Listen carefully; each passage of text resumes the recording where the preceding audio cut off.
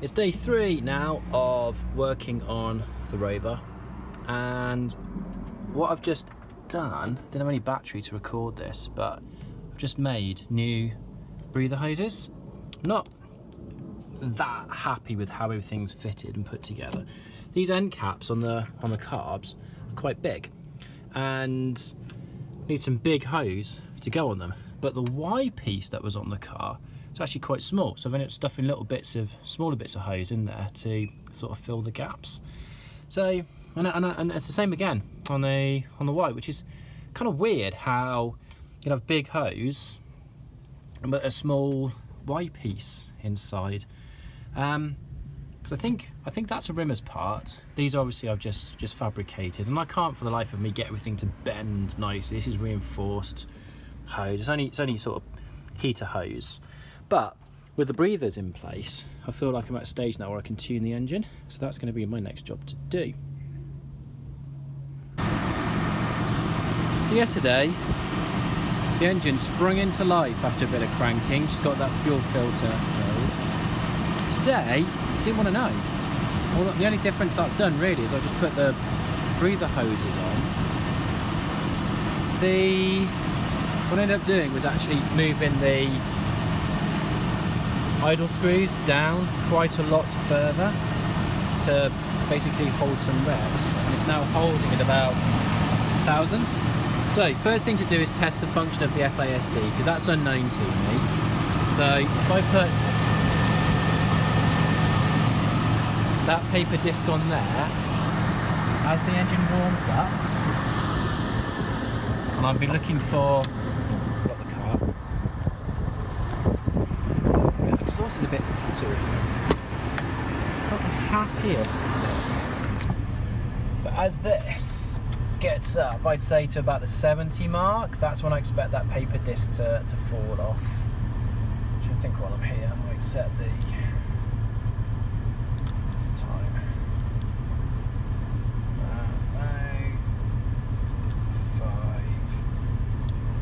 5:30. I don't think that's about there. Or thereabouts, time-wise. Actually, what is the time?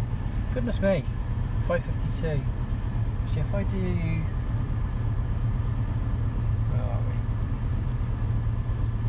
17:52 or 51. Okay, right. Paper disc is on there.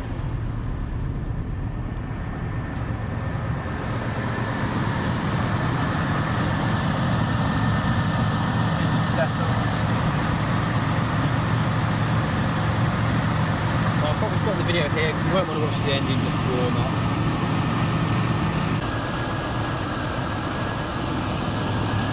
Right, so the engine speed is settling down, which means the auto choke must be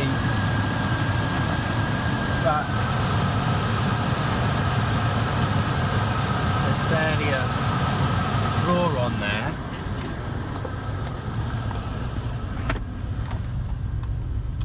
And that's kind of like coming up to temperature, so that's okay. That's okay. So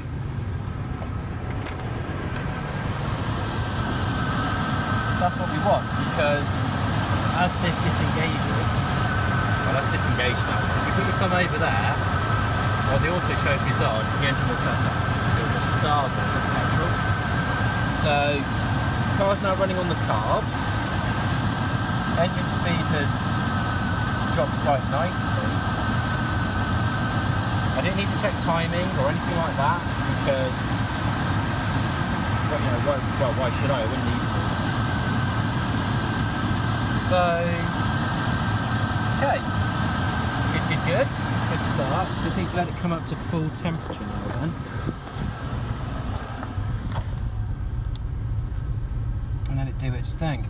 So the next step after that is to balance the carburetors. So this will be going into the air intake like that, get a reading, need to bring the speedo down to, I think, about 800 RPM, and then, like I say, you should be able to just balance these. Then you change the mixture, and then you go through the process again to balance the idle back down. So But the idle, when you do the mixture, you don't want a carbon dioxide thing. So I'll probably bring it up just so I'm drawing dry points. Remember tea time, we can then fill it with that.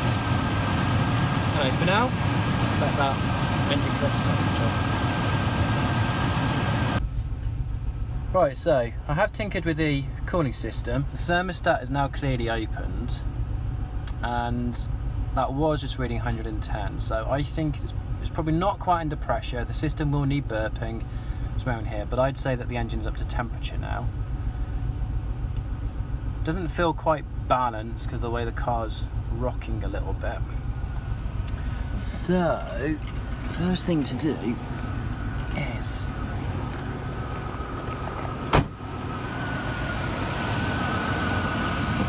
I have had a little tweak already, so the engine speed is about there. Now I think I need to bring it down to about 800 RPM. On this side we're reading at 10. I'll go to the other side of the car. And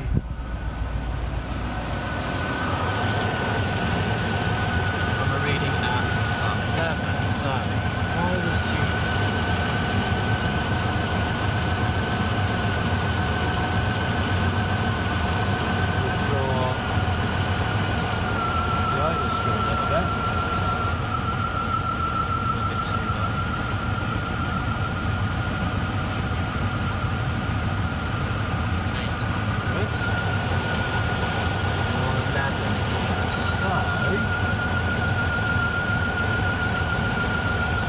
the other side.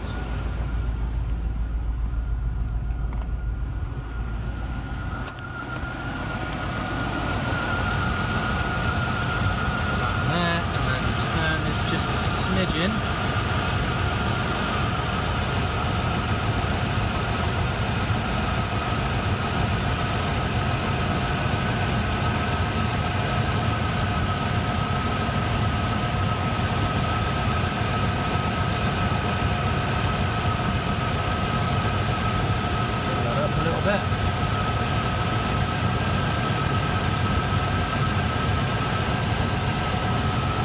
Naturally that's going to push the revs up. Go to the other side.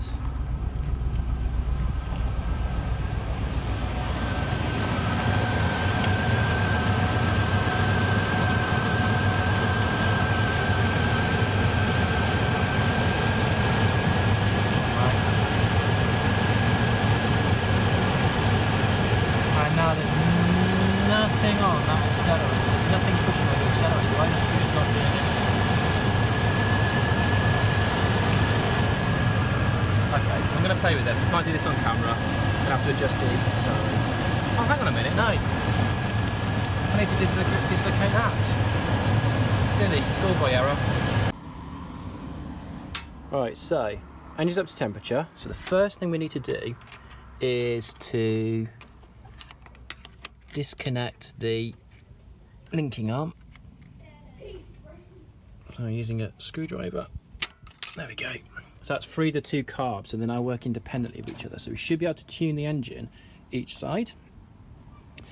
Put that down. All right, let's get the car started again.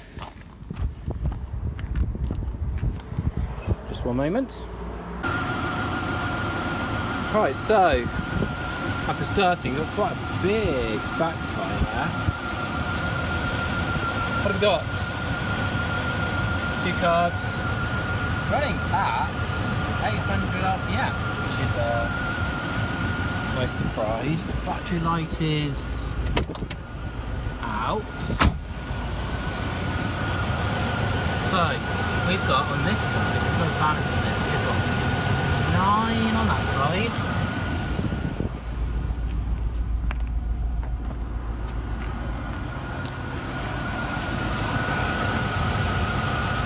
Got a whopping 11 on that side, so we need to, I think to start off with, going to increase the far side. If I bring it up to say 10,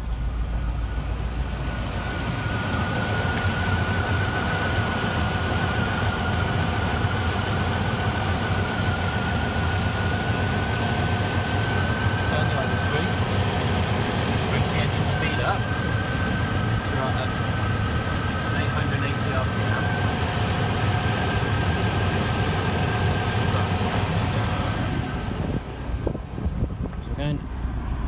undo the other side.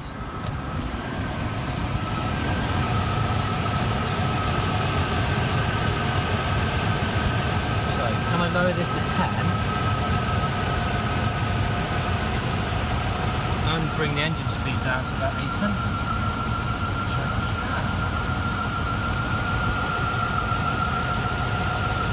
That's about 10.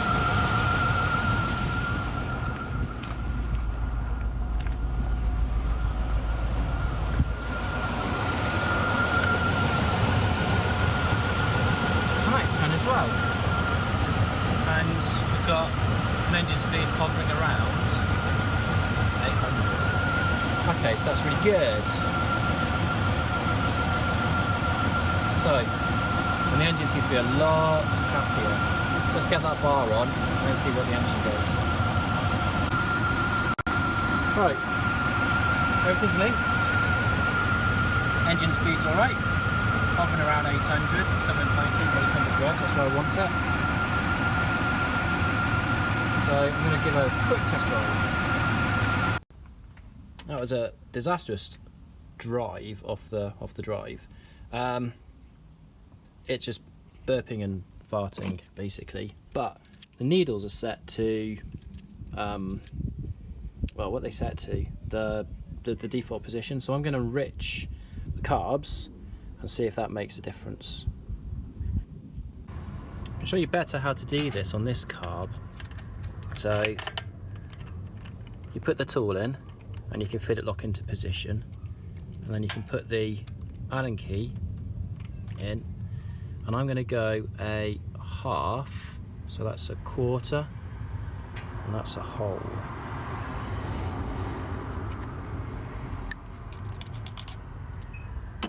I shall run the engine again, see how that goes. Dash pots will need topping up again. So oil comes out with the tool. We're now up to 2 whole turns clockwise on the carbs. So at this stage, assuming that the car's going to drive, I mean it goes off the drive and so on, I'm going to check the engine speed, because that's naturally going to raise the engine speed. So I need to go disconnect the throttle linkage, do all the usual, and get it back down to 800 RPM. Okay, it's the last video for today. It's no longer backfiring, but it's significantly down on power. I suspect one of two things. Now, if I put the Allen key in this dash pot, turn, there feels some give. If I put the Allen key in this dash pot, can't feel much. It doesn't. It's turning too easily. It feels as if maybe it's not even turning at all. So I'm going to take the dash pot off tomorrow. The other thing I might just do as well is just check timing, because the last time I had a problem like this, I mean the vacuum advance is on. I haven't forgotten to put that on. It's definitely on at the other end. Yeah, definitely on at the other end. So I'm going to check the timing, because I don't know if there's a relationship between vacuum advance and carburetors. I don't believe there to be, but it's like, well, you assume that these things are fine, and then maybe it's not the case. So I'll be checking that tomorrow. I know the FASD is really good, so it does exactly what it needs to do, but something just isn't right. I mean, they're on 2 full turns of mixture now, so that's a little bit of a worry. But I'm going to call it a day there, because I've got stuff to do now. So let's pick up tomorrow. When working on a Rover, I would always suggest taking lots of time off from work. This is now day 4 of trying to get this thing going. Admittedly, they're not entire days, are they? Aside from maybe Sunday, when I reassembled everything and so on. Anyway, so where things were left yesterday is I'm going to take this dashpot cover off, and I want to make sure that the tool is indeed moving the needle in and out. Definitely feel like it's connected with something in here. It feels a little bit on the light side on this side, just a little bit concerned it might just be turning, which might then explain why the engine feels like it's kind of doing that in its tune. The other thing as well, like with the distinct lack of power, sure, it could be mixture, and I could enrich it still further, but I have had a situation before where the engine was supposedly tuned, but the timing was out. I can't really see why changing the carbs would change the timing, but it's, you know, it's worth still checking and just ruling these things out really. So I'm gonna be okay doing that. Let's take the screws off the dash pots. That's probably not going to give me enough purchase.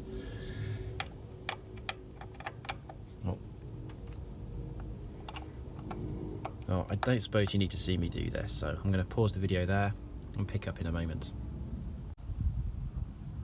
Okay, so curious. So even though the action was quite light, really, that has definitely moved. So that has been withdrawn, hence, you know, being enriched. So next thing to look at, I guess. Well, I'm going to check the other side actually and just see if that's done the same. Okay, so checking this side out, that's definitely recessed. Although, so it looks more like recessed than on the other side. I'm going to drop this. I better put this down. I may be onto something. Of course, one good thing that you should always do is whenever you do disturb the engine, you go back and check to make sure you've gone and put it back together correctly. In the process of taking the rocker cover off, I ended up removing some spark plugs, and very helpfully these ones are numbered 1, 3, 5 and 7, except guess what, I'd put on 1, 5, 3 and 7, so poor engine was going to be able to fire correctly in the first place because the sparks were in the wrong place. So it was basically 2 cylinders down. I'm going to check the other side. Well, the other side was fine, isn't it? And this might explain why they had the rocking sensation, smooth on that side and lumpy on this side. So I'm going to give the engine another go. That started well. FASD's definitely doing its thing. Sounds nice and smooth. We'll let that come up to temperature. I think I will. I might go for a little pootle now actually, just around the estate, see how things sound. Super, that dries really well. I'm just going to let it come up to temperature. Going to do one quick check of the tune, and I think the job's done. Marvellous. A fairly steady engine speed, and that was about 10. Go around the other side.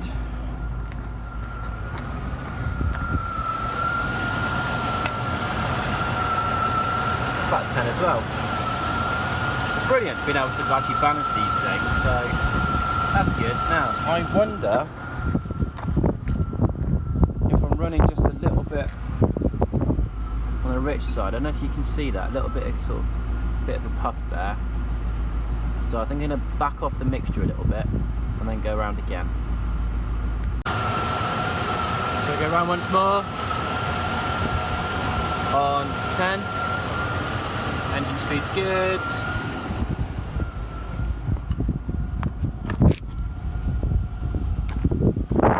Exhaust is back to being a little bit clearer. And on this side we've got 10 as well. So I'm going to say that's a wrap. Happy with this. Job done. Let's get the engine back together.